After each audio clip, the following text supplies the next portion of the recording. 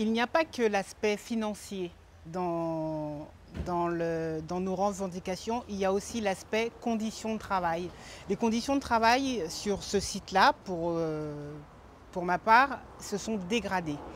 On se retrouve très souvent en sous-effectif.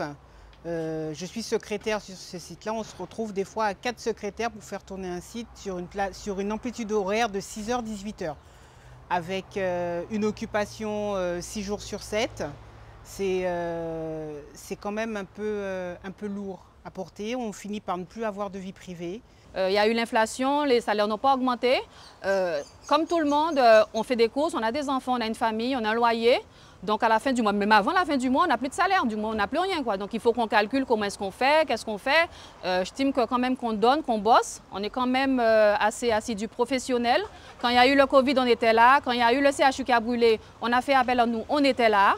Donc je pense qu'il faut avoir un minimum de connaissances par rapport à tout ce qu'on fait. On est quand même volontaire, donc moi je trouve que c'est une injustice quand même. Beaucoup de nos collègues arrivent en burn-out et ne sont pas reconnus liés à la charge de travail. On nous donne des réponses en nous disant oui, on va le traiter, mais souvent les mois passent, voire même des fois des années, et le problème il est là et il n'est toujours pas réglé, et on veut vraiment une solution pour nos collègues et pour nous-mêmes. Normalement, la déléguée syndicale a envoyé un courrier à la direction pour demander un entretien lors d'une réunion extraordinaire. Donc la déléguée syndicale n'est pas là parce qu'elle n'a pas pu venir par rapport à l'opération escargot.